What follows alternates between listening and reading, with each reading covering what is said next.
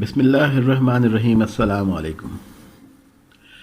حجاب سے متعلق کچھ اہم احادیث اور روایات پیش خدمت ہیں۔ حضرت محمد صلی اللہ علیہ وآلہ وسلم نے فرمایا، دوزخ کی بدترین جگہ پر وہ عورتیں ہوں گی جو بے پردہ ہو کر گھومتی ہیں۔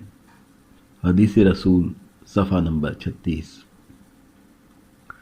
حضرت خدیجہ الکبریٰ سلام اللہ علیہا نے فرمایا، عورت کے لیے بہترین زیور پردہ ہے اور پردہ دار عورتیں جنت میں میری بیٹی فاطمہ سلام اللہ علیہا کے ساتھ ہوں گی۔ اقوال اہل بیت صفحہ نمبر 88۔ حضرت امام علی علیہ السلام نے فرمایا، ایک بے پردہ عورت کی مثال ایسی ہے جیسے وہ میرے قتل میں شامل ہو۔ عروج المعارفت جلد 1 صفحہ نمبر 128۔ خاتون جنت حضرت فاطمہ سلام اللہ علیہا نے فرمایا، بے پردہ عورتوں کی شفاعت میں فاطمہ سلام اللہ علیہا نہیں کروں گی۔ اقوال اہل بیت صفحہ 95۔ حضرت امام حسن علیہ السلام نے فرمایا، اللہ اس عورت کی نماز قبول نہیں کرتا جو بالغ ہونے کے بعد بھی پردہ نہیں کرتی۔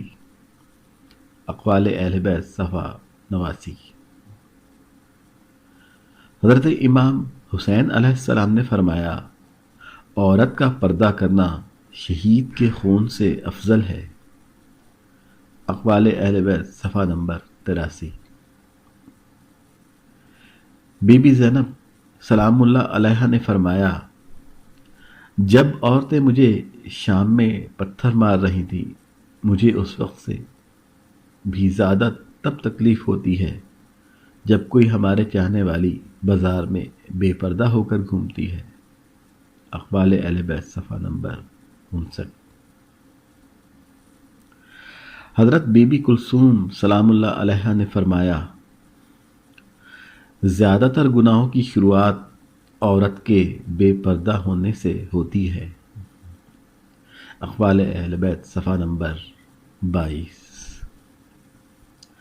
حضرت بی بی سکینہ سلام اللہ علیہ نے فرمایا، جب بازار شام میں بی بی سکینہ سلام اللہ علیہ کو قید تھیں تو انہوں نے فرمایا، میں بازار میں بے پردہ کیسے جاؤں پھوپھی اماں۔